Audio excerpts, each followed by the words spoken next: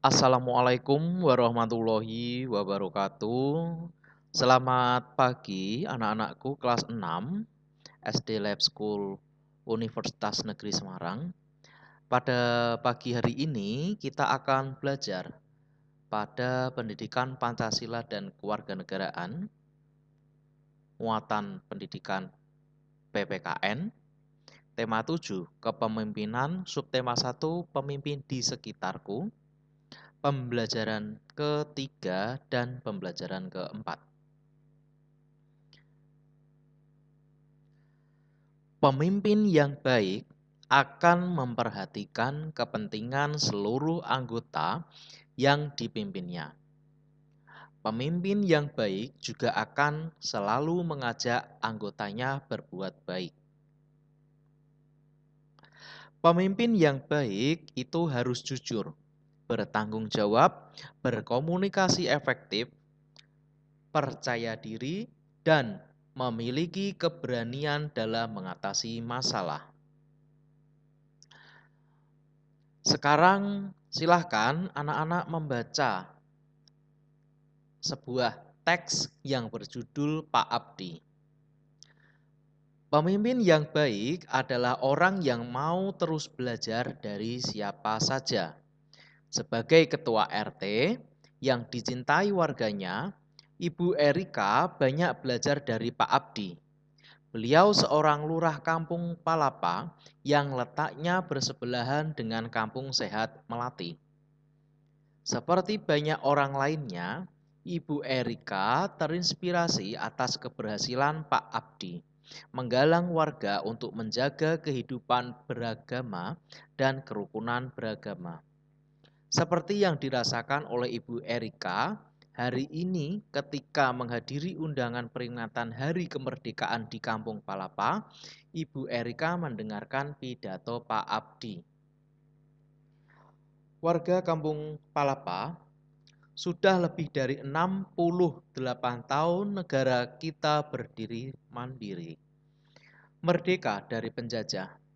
Setiap tahun kita berkumpul merayakannya bukan tanpa tujuan. Aneka lomba dan kegiatan makan bersama adalah bentuk syukur kita atas kebebasan untuk hidup berkarya dan ungkapan terima kasih kita atas jasa para pahlawan yang berjuang untuk kemerdekaan ini. Wargaku tercinta, satu hal yang tak akan bosan saya sampaikan adalah agar kita selalu menjaga perilaku kita sesuai tuntunan agama. Aneka kegiatan yang kita lakukan dalam memperingati kemerdekaan ini harus selalu kita dasari dengan rasa syukur kita atas anugerah Tuhan. Dengan izin Tuhan yang Maha Esa, para pahlawan berjuang merebut dan mempertahankan kemerdekaan negara kita. Kini, marilah kita mengisi kemerdekaan ini dengan berbagai kegiatan positif. Semua kegiatan hendaklah kita niatkan sebagai ibadah kepada Tuhan. Dengan begitu, semoga Tuhan meridhoi semua yang kita lakukan. Selamat berpesta memperingati kemerdekaan bangsa wargaku. Semoga Tuhan yang Maha Esa selalu melindungi dan menuntun langkah kita. Semoga desa kita semakin maju. Semoga seluruh rakyat warga semakin makmur dan bahagia. Hati Ibu Erika bergemuruh seiring tepuk tangan seluruh warga yang hadir. Sekali lagi Pak Abdi memberinya inspirasi. Seorang pemimpin harus selalu mengajak warganya untuk selalu menerapkan nilai-nilai ketuhanan dalam kehidupan sehari-hari. Baik, setelah anak-anak kelas 6 membaca teks yang berjudul Pak Abdi sebagai bahan evaluasi, 1. Nilai-nilai kepemimpinan apakah yang dimiliki Pak Abdi? Nilai-nilai kepemimpinan yang dimiliki Pak Abdi yaitu yang inspiratif dan menerapkan nilai-nilai ketuhanan dalam kehidupan sehari-hari. Selain itu, mau terus belajar dari siapa saja. Pertanyaan yang kedua, manfaat apa yang diperoleh penduduk dari program atau kegiatan Pak Abdi? Warga bisa lebih aman, tentram, dan rukun. Pertanyaan yang ketiga, apa yang dapat kamu teladani dari Pak Abdi? Yaitu kita harus selalu bersyukur, bijaksana, dan taat beragama. Pak Abdi menunjukkan penerapan nilai ketuhanan dalam masyarakat. Maka apa sajakah bentuk penerapan nilai ketuhanan dalam kehidupan sehari-hari? Nah, berhubungan dengan penerapan nilai-nilai dalam Pancasila, pertama kita akan mempelajari pada sila pertama Pancasila. Kita tahu bahwa sila pertama Pancasila dilambangkan dengan gambar bintang. Kemudian bunyi sila pertama Pancasila yaitu ketuhanan yang Maha Esa. Nah, dari ketuhanan yang Maha Esa, apa maksud ketuhanan yang Maha Esa? Artinya, bangsa Indonesia memberikan kebebasan pada rakyat untuk menganut, menjalankan, sekaligus mengamalkan ibadah berdasarkan agama masing-masing individu tersebut. Kemudian, nilai-nilai yang terkandung dalam sila pertama Pancasila. Yang pertama, percaya dan takwa terhadap Tuhan yang Maha Esa. 2. Mengembangkan sikap hormat menghormati dan bekerja sama antar pemeluk agama dan penganut kepercayaan yang berbeda-beda terhadap Tuhan yang Maha Esa. Ketiga, membina kerukunan hidup di antara sesama umat beragama dan kepercayaan terhadap Tuhan yang Maha Esa. Yang ketiga, agama dan kepercayaan terhadap Tuhan yang Maha Esa adalah masalah yang menyangkut hubungan pribadi manusia dengan Tuhan yang Maha Esa. Yang kelima, mengembangkan sikap saling menghormati kebebasan, menjalankan ibadah sesuai agama dan kepercayaan masing-masing. Yang terakhir, tidak memaksakan suatu agama dan kepercayaan terhadap Tuhan yang Maha Esa kepada orang lain.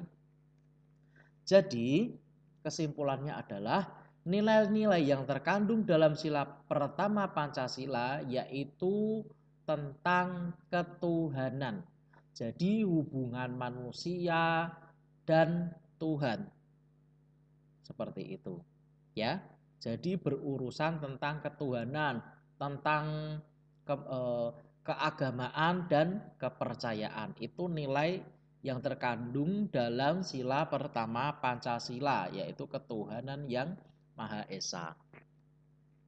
Kemudian sebagai contoh penerapan nilai-nilai ketuhanan, itu apa saja yang bisa kita terapkan dalam kehidupan bermasyarakat? 1. Senantiasa bersikap jujur serta berbicara apa adanya dengan orang tua. Jadi kita diminta untuk tidak boleh berbohong kepada orang tua. Yang kedua, disiplin dan taat saat melaksanakan ibadah di rumah. Jadi ketika kita menjalankan ibadah maupun kepercayaan kita harus berusaha untuk disiplin, untuk tepat waktu. Ketika saatnya untuk sholat, ya kita harus segera meninggalkan pekerjaan kita untuk melakukan ibadah. Kemudian, senantiasa menghormati serta menghargai ketika ada teman atau guru yang berbeda agama sedang beribadah di sekolah. Sebagai contoh, ketika di sekolah kalian berjumpa ya dengan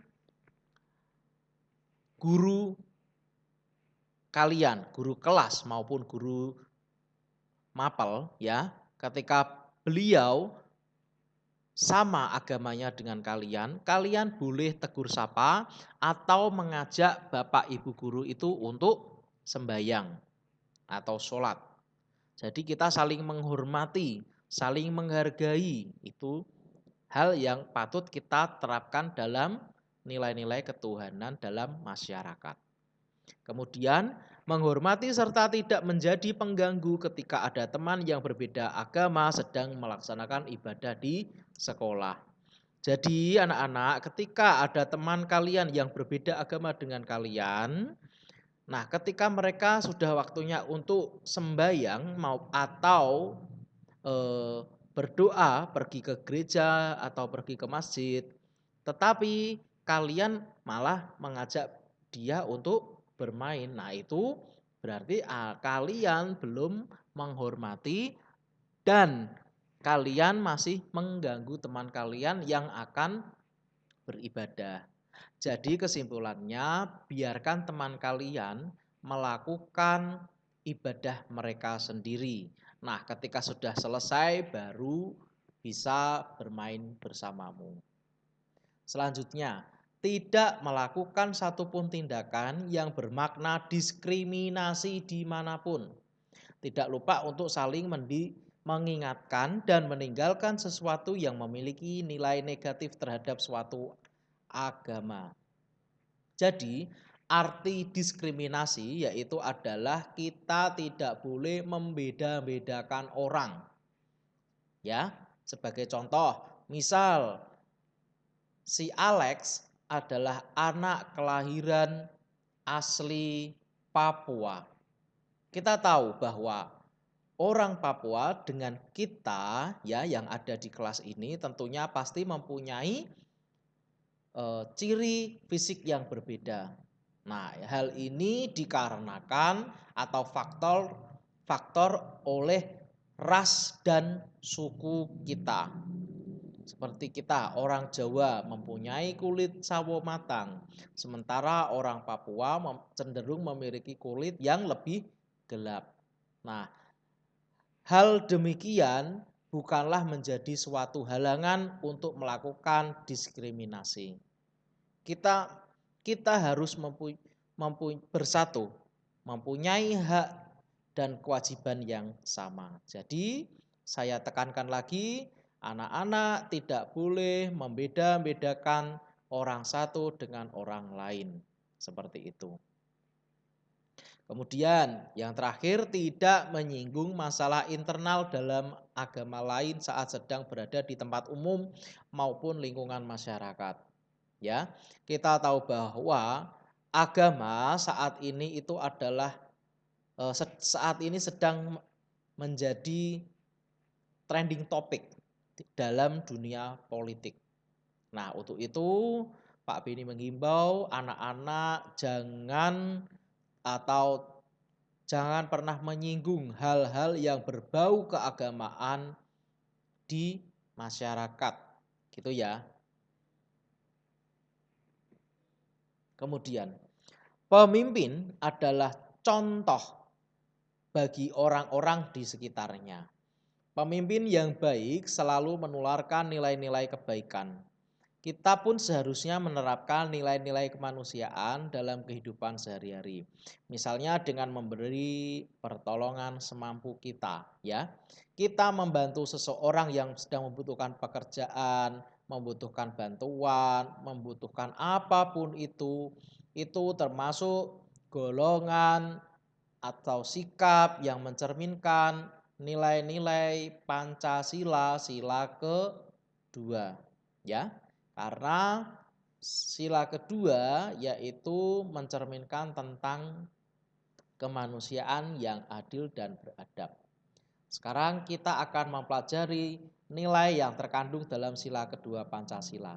Sebelumnya, sila pertama Pancasila dilambangkan rantai. Maaf, sila kedua Pancasila dilambangkan rantai. Ini rantai ya. Kedua. Sila kedua Pancasila dilambangkan dengan simbol rantai. Kemudian bunyi sila kedua Pancasila yaitu kemanusiaan yang adil dan beradab. Nah,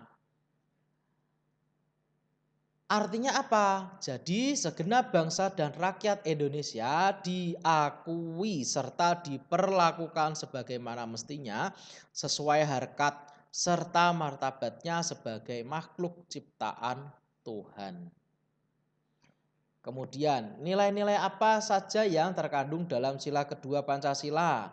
Yang pertama, mengakui dan memperlakukan manusia sesuai dengan harkat dan martabatnya sebagai makhluk Tuhan yang Maha Esa. Nilai yang kedua, mengakui persamaan derajat, persamaan hak, serta kewajiban setiap manusia tanpa membeda-bedakan suku, keturunan, agama, kepercayaan, jenis kelamin, kedudukan sosial, dan warna kulit. Nilai yang ketiga, mengembangkan sikap saling mencintai sesama manusia. Yang keempat, mengembangkan sikap saling tenggang rasa dan tepo seliro. Nah, yang kelima, mengembangkan sikap tidak semena-mena terhadap orang lain. Yang enam, menjunjung tinggi nilai-nilai kemanusiaan. 7. Gemar melakukan kegiatan kemanusiaan. Yang 8. Berani membela kebenaran dan keadilan. Dan terakhir, mengembangkan sikap saling menghormati dan bekerja sama dengan bangsa lain. Jadi untuk nilai yang keempat tadi, sikap saling tenggang rasa dan tepo seliro. Nah, tepo seliro itu dari bahasa Jawa artinya sama, kurang lebih hampir sama dengan tenggang rasa. Jadi kita sebagai manusia ketika misal kalian contohnya ketika mengerjakan PR tapi kalian lupa untuk mengerjakan. Nah, sebagai konsekuensinya Bapak Ibu guru akan memberikan waktu tambahan lagi. Nah, itu adalah contoh tepo seliro, tenggang rasa. Kita masih memberikan kesempatan. Sedangkan yang nilai yang ketujuh, gemar melakukan kegiatan kemanusiaan sebagai contohnya ketika Gunung Semeru kemarin aktif atau meletus, kita sebagai manusia tentunya bersaudara, ya. Kita dengan orang lain itu bersaudara. Jadi alangkah baiknya dan kita pantas membantu saudara kita yang sedang kesusahan.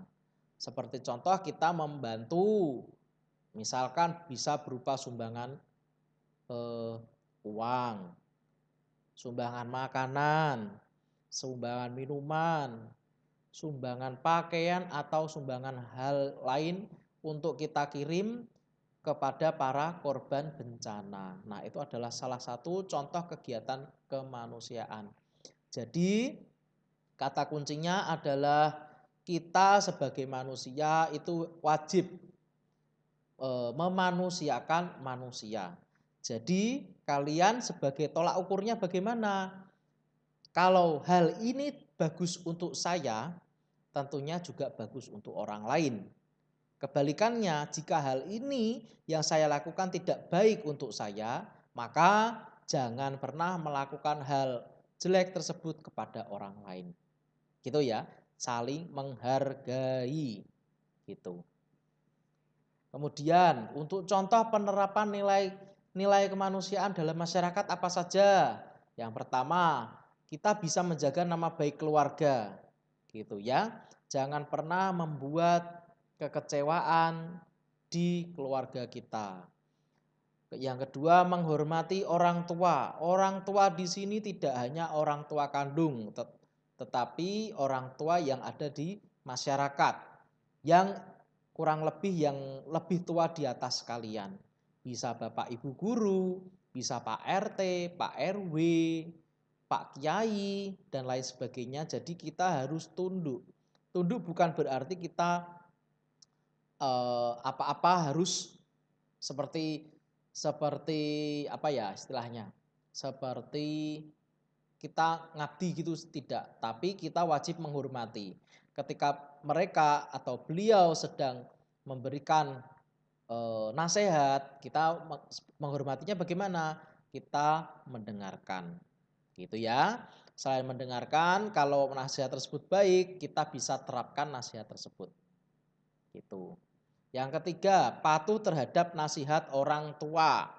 Jadi ketika kalian dinasihati oleh orang tua kalian sebagai siswi yang baik, kalian harus mendengarkan ya ketika dinasihati.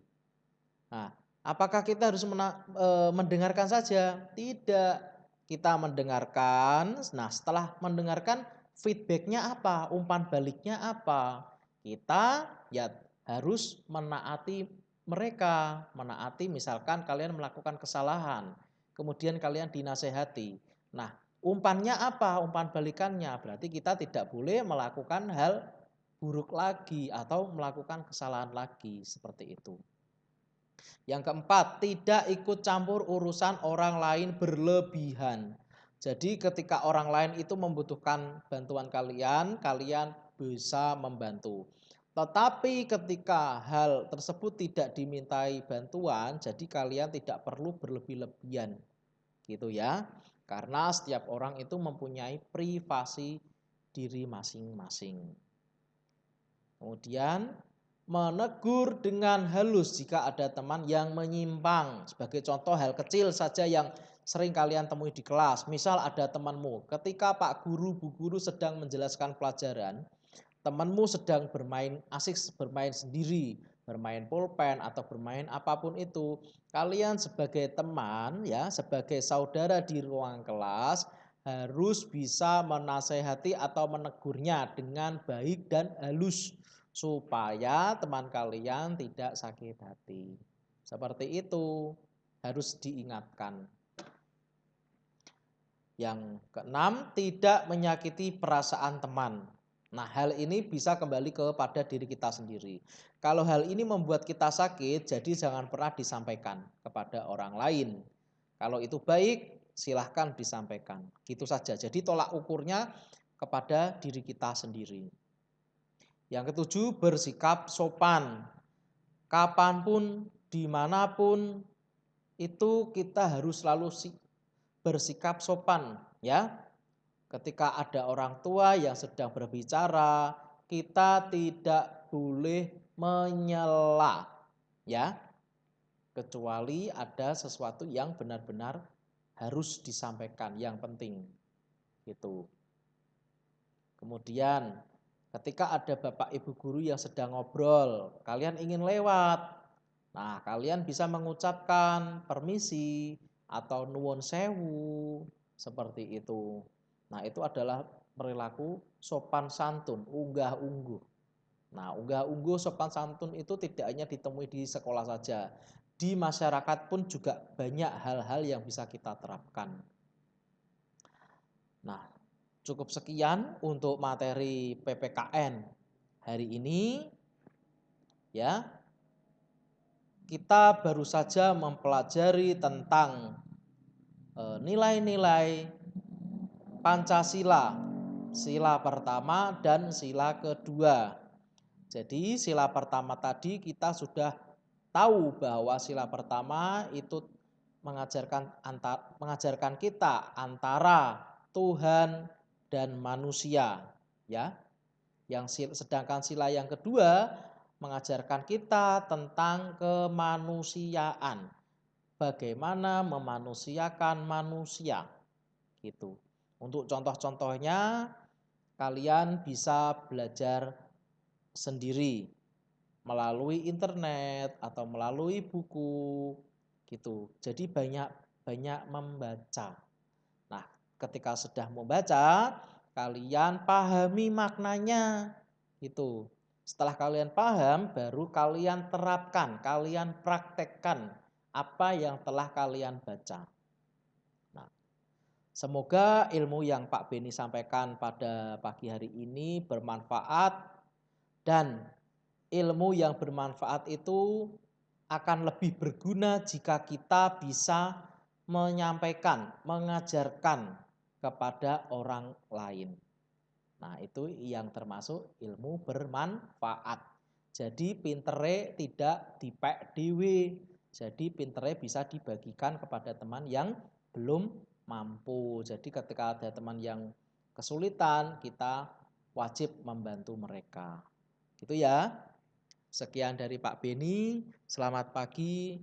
Wassalamualaikum warahmatullahi wabarakatuh.